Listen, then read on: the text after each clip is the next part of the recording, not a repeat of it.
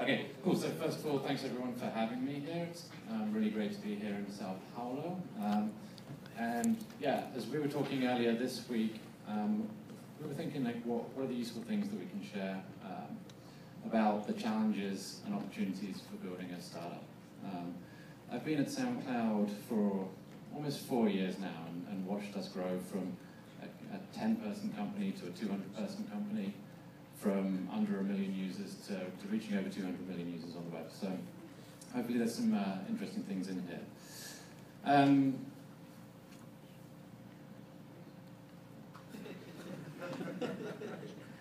It's the other button. Okay, so first of all, hello, I'm Tom.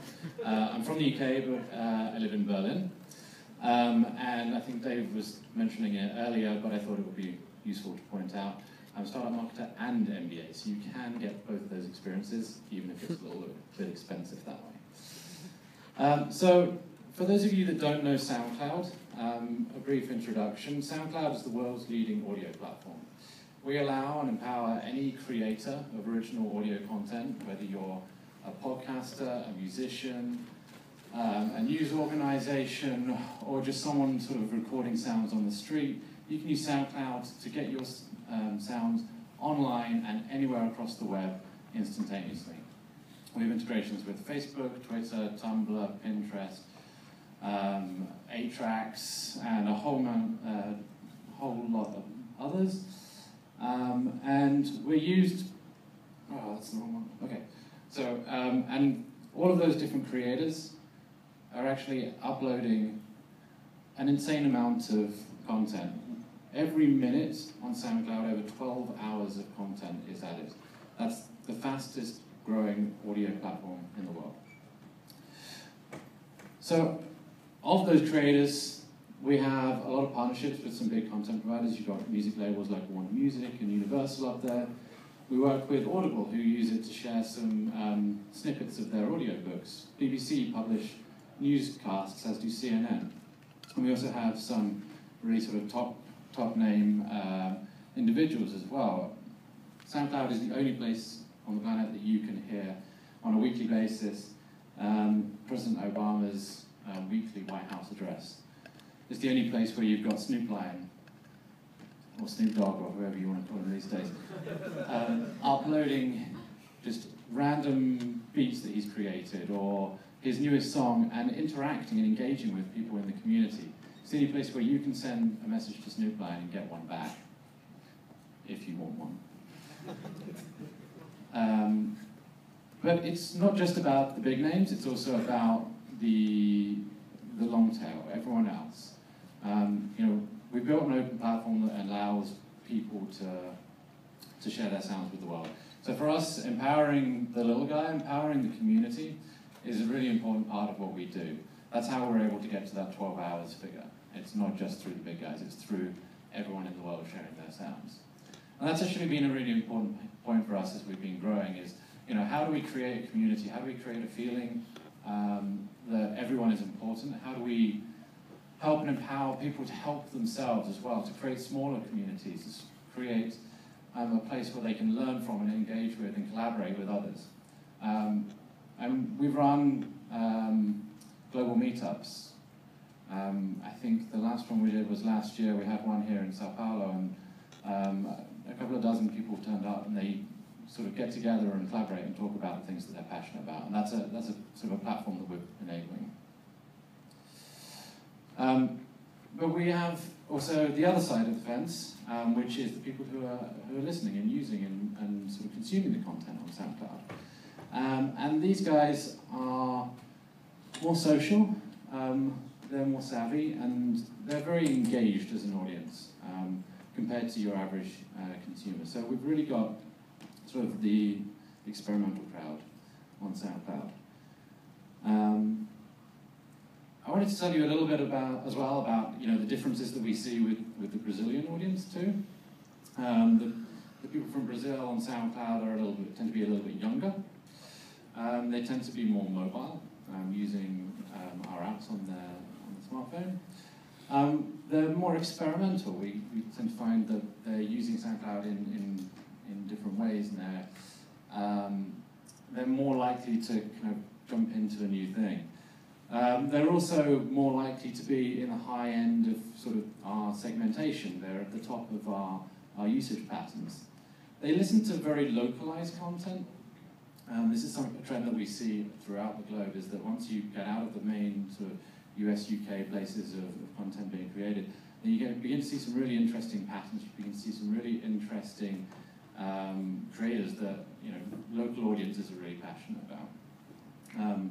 Global content is important as well. I think the Miley Cyrus track was one of the biggest in Brazil over the last few weeks. Again, I'm not sure whether that's a good thing or not. We apologize. But it's an open platform, we can't do anything about it. Obviously here in Brazil, we're sort of fighting with different players in the market for the mind share and the headphone share of users. But at the end of the day, like, Brazil is one of the top 5 most important markets for SoundCloud in terms of audience. And Sao Paulo itself is actually one of our most engaged cities, alongside London, New York, and Mexico City. And that's why I'm here. But I think, if you take all of this together, I think what you can take out of it is that, right now we have a very early adopter audience in Brazil, which means, considering that it's already top 5, there's huge potential for growth there as the whole market expands. So we are global, we're available everywhere, although we were recently cut off in China for about 2 days, but it's fine. And we reach over 200 million people on the planet, which is about 7–8% of the world's internet population. So that's a pretty amazing figure. So the question is, how do other people see us? Comscore said 8th fastest growing site in the US. Next Big Sound, who monitor music and artist statistics, have identified really fast growing activity on SoundCloud. And CNN call us the YouTube of sound, which is not too bad. So, how do we get there? I want to tell you a little bit about the journey and maybe give some practical examples. This has been our growth pattern since the beginning of 2011, so a few years there. And you can kind of see a pretty traditional, pretty healthy, up and to the right curve. Our investors like this chart. I think they'd like it to be a little higher still, but so would we. But yeah, we've been growing pretty strongly and pretty steadily for all of these last few years, with different growth patterns and different factors, really playing a part in each stage of our development.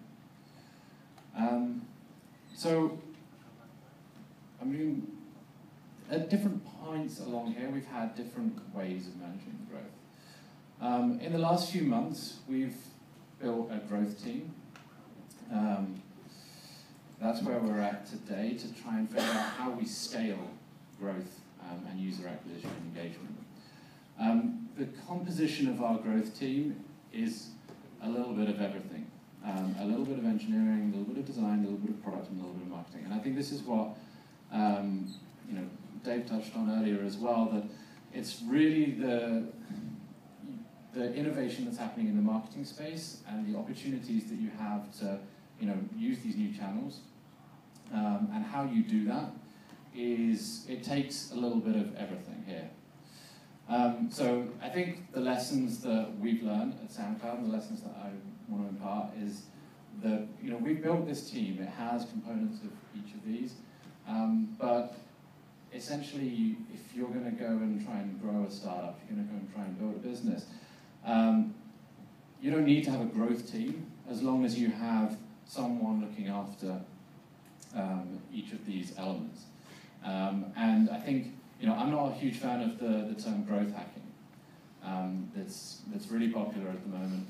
For me, growth is more of an art form and more of a science than it is about hacking it. So I think the hacking part, when it does come into play, is if you're at an early stage startup, you need to hack yourself to be a little bit of each of these. So, what are the fundamental building blocks for growth? We think it's around these 4 kind of cornerstones. cornerstones, with everything being, circulating around the user. Customer centricity is the most important thing for us to do, and if we were not building products and if we were not understanding who our user base is, we would not be able to grow. So we believe in informing everything we do with insight, with data, with research, whether that's sort of identifying market opportunities for us to go into, or whether it's testing the effectiveness of a banner, or whether it's doing some A/B testing. Everything needs to have insight informing our decisions. It's not going to be data driving every single decision, because there are other factors to play with and other factors to consider. But that's an important piece. Testing and iterating is, it's a standard thing that everyone should be doing on the web these days. But even more so when you're looking at a growth team. We do a lot of testing and we do a lot of iterating and measurement. And I'll show you a few examples later. I think the bottom two cornerstones are also about how we do that. We've got a 6-person growth team. If you're one growth hacker in a company, then you need to be looking at really targeting both your users and your activities, things that are going to give you the highest ROI, whether that's actual spend ROI or investment in sort of resources and the time you spend building a feature. We kind of map out all of the different opportunities that we have. We measure them, we build models of trying to identify what happens when we turn this conversion flow into something else. We've got a 5% increase there. How does that then channel itself down into more users at the end of the day? So we can prioritize based on the full model impact of that. So these are really the core pieces, all supporting us to grow. And I think, and I swear I didn't steal all of these slides from Dave, because he touched on this in his sort of in 500 startups investment strategy, but I think it's the same for us when we look at growth marketing, is we have to place a lot of calculated bets. The only benefit is that we're not going to a casino because we know the data, we know the cards that are getting dealt, and so as long as we play enough rounds, then we're going to beat the dealer.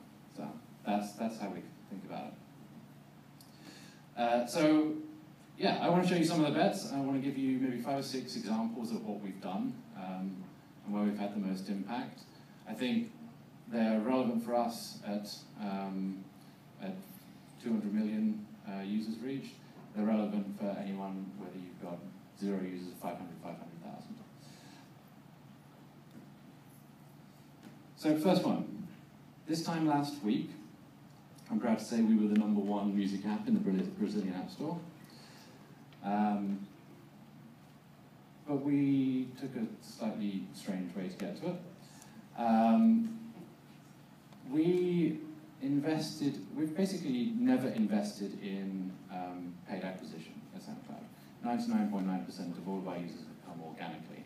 That's the benefit of having a social open platform, is that people share our content onto Facebook, onto Twitter, onto everywhere else on the web, and we get to benefit from that. But we're reaching a stage where we want to see how we can accelerate our growth trajectory. So we did an experiment. We built something we call a burst campaign, which is, instead of investing thousands and thousands of euros in buying users over a full year or whatever your kind of marketing strategy and timelines are, we wanted to spend sort of a really concentrated amount of money in a short time period to kind of burst our way up the rankings. So this is what we did. We did some very simple Facebook tests, test campaigns. You can see there, the creative is pretty basic. We played with a lot of different versions of this as well to test to know which one worked well, but at the end of the day, the one with the big logo and the bright orange background caught people's attention. So that was good. And over the course of a week or two, we invested some money into And this is what happened. This is our App Store rankings. Blue line is overall and red line is within the music category. And this is just within the Brazilian App Store. And what you can see is that, before we started the campaign, we were languishing around, outside the top 100. And, that being a historical trend that we've seen. We then started the campaign. We spent 200 euros this day and shot up from number 115 to number 36 in the App Store. And with 200 euros, this is amazing. We can do this on the entire planet. And it'll only cost us 40,000 euros. And so then we sort of kept up that spend, we kept up that ranking, and slowly we were climbing the charts. And then a week later, we decided, okay, let's put a little bit more into this and see how much we can get extra. So we spent then, I think, 4,000 or 5,000 euros. So this was, it gets more expensive the higher up the App Store rankings you go to push it up there. And we made it to number 1 in the music category and number 4 overall. And that's pretty cool, but it's easy enough to do to buy users and to acquire people that way. But the best part of this, the burst campaign, is that for a very small amount of money, we were able to climb really quickly. And then after the campaign had ended, we stopped spending money kind of just after that peak there. We have an organic uplift. So for a small amount of spend, we've actually had a 50% increase in downloads at our kind of stable rate now. And that's pretty cool. So that's a place where we were highly targeted, looking for a really high return on investment for our marketing budget, and something that we can scale into different markets and different places. So next example I wanted to share. How did we increase first month retention by over 20%? So we don't just look at acquisition of customers, new customers, we also look at how do we best retain and engage those people, because those are the best people that we've already got through the door. And so about a year ago, we began analyzing this one. We began analyzing a little bit more like who our customer is. And I think this is the important part that I wanted to share here, is that the growth tactics and levers that you have are a lot about being highly analytical, but it's also about really being fundamentally understanding who your customer is and who they and what are the levers that you can pull for them. So our users are natively social, and we found through a piece of analysis that those people who are following more than 5 users only, following over 5 different accounts, they were 2.5 times more likely to be engaged in the long run. And so we've built kind of find friends features, and we have an explore page where you can go and find all of the artists that we have on SoundCloud. But it wasn't performing well enough for us. So we decided to review our registration conversion funnel. This is what it started off as. We had a landing page. You then type in your account details or verify them if you use Facebook, and then you're done. And then we sort of give you hints and tips and lead you to go and find content. But what we found was that not enough people were actually completing that last step themselves. We wanted to make the process as simple and smooth as possible, so we said, okay, 2 stages, done, you registered. But we found that people didn't go off and then do that finding of the content. If you weren't inside that sort of top X% of really engaged people who natively want to go and find out all of that, and we were losing a lot of people. So the simple answer was to do this. We brought that finding content experience into the registration flow, and we got a 20% uplift in retention. So that was a pretty straightforward thing to do. We've still got a lot of optimizations to do on that. We're still iterating on it. This is what it looks like today. So as soon as you land in SoundCloud, as soon as you press register, you can then go off and find all of the great pieces of content that we have available. And I think this is a really interesting one. Facebook's growth team have also done amazing things. We look up to them a lot. One of the first things they found out was that the likelihood of you staying depended on how many friends you made in the first 7 days of your experience. We found it's very similar. So, next up, how do we decrease sign-up conversion by almost 10%? That doesn't sound like a good thing, it's not. But we did it through experimentation. We're experimenting all the time, and the best part about A/B testing is you will, more often than not, fail. That's why you have to make all of those calculated bets. So we were looking at our conversion teasers. So this is Soundcloud, for those of you who haven't been to the site. And this is Snoop Lion singing about something. And we have our kind of quite subtle sign-up call to action there. And we get a lot of traffic on pages like this. So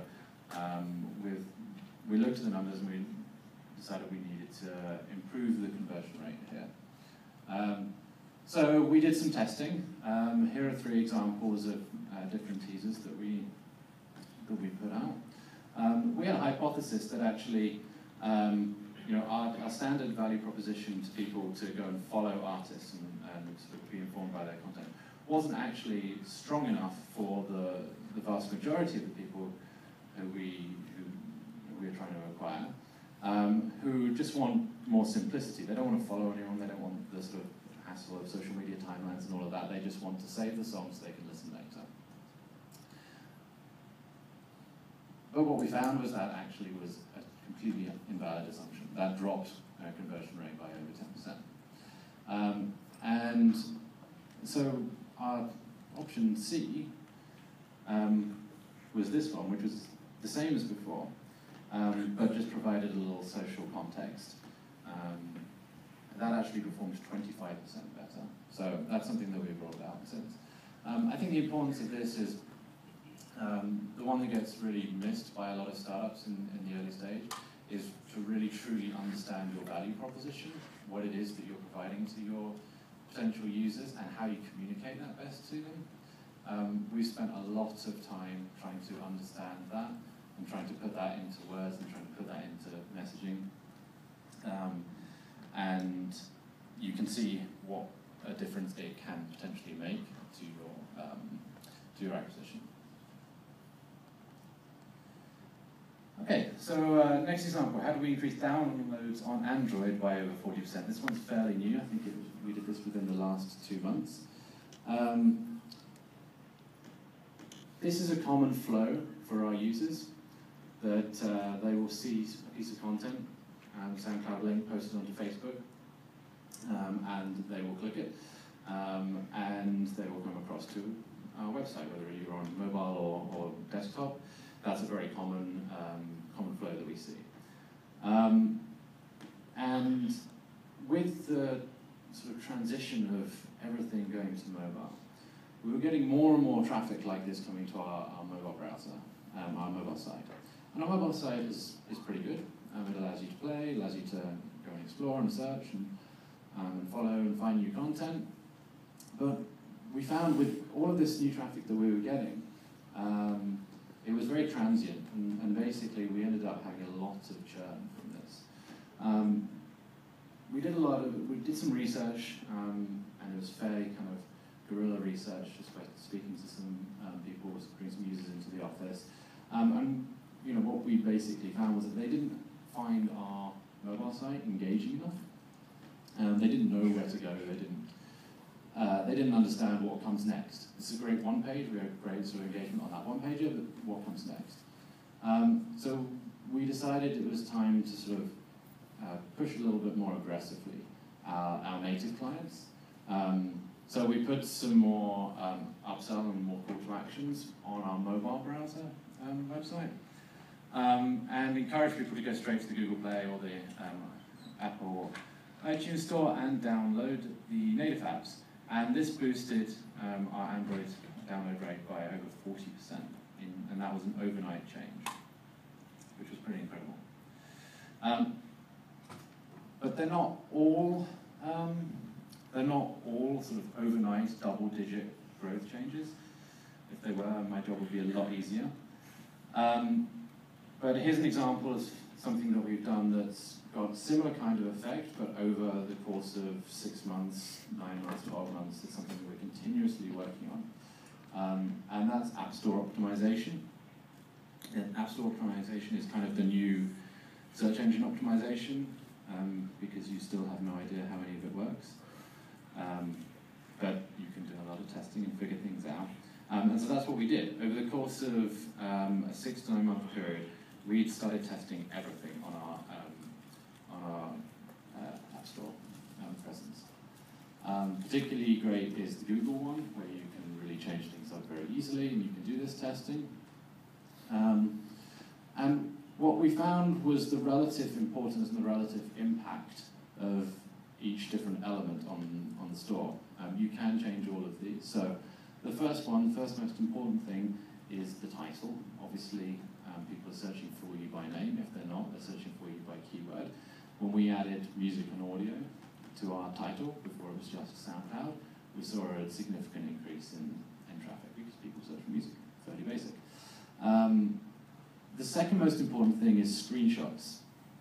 And I think this is the one where we've experimented so much, and especially experimented with localization as well. So, you know, you can see an artist there. I can't actually make out what it is. But now we're kind of customizing our screenshots on this, so that when people view this, and the screenshots are probably the second most important thing that people look at when they're evaluating an app, whether they're going to download it or not. They can see now content that's going to be relevant for them. It's not just some random person in the UK, for example. It could be a Brazilian musician.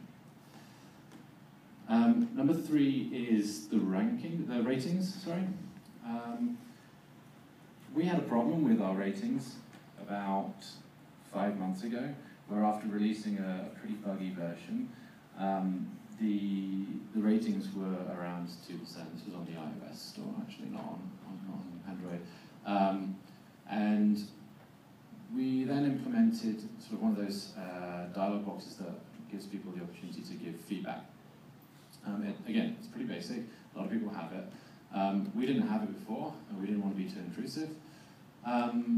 But when we got that low score, what we did is we implemented that dialog box, but only for engaged users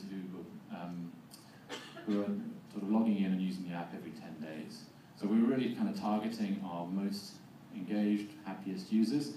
And when we implemented that, we went from a 2-star review. We also did a bug fix, so everything was working. We went from a 2-star review to a 4.5-star review, and that had a significant impact on rankings as well. And that is a half a day's worth of engineering time. So a lot of these are kind of quick wins, easy to take down. Fourth most important one is your application icon. There's not a huge amount of space to be testing with this, but a really great icon is really powerful. And the fifth most important one is the description. Most people don't read the description, they look at the screenshots. But this has been useful for us to test and iterate and learn, especially when it comes to translation. So you can work with all of these different elements and continually optimize and bring in a significant amount of extra traffic that way. And this is the last one. This is probably my favorite one. It's a bit of an old one. But we managed to increase the effectiveness of our email by 100%. We doubled response rate. This is an example of our standard notification we're going to send to you after you haven't engaged with us for a while. And we were wondering how can we get this to perform better. It's pretty basic, it's simple, it works. But how can we get it to perform better? That's what we did. We doubled the size of the call to action, and we doubled the amount of click-through rate. So it's the small things. So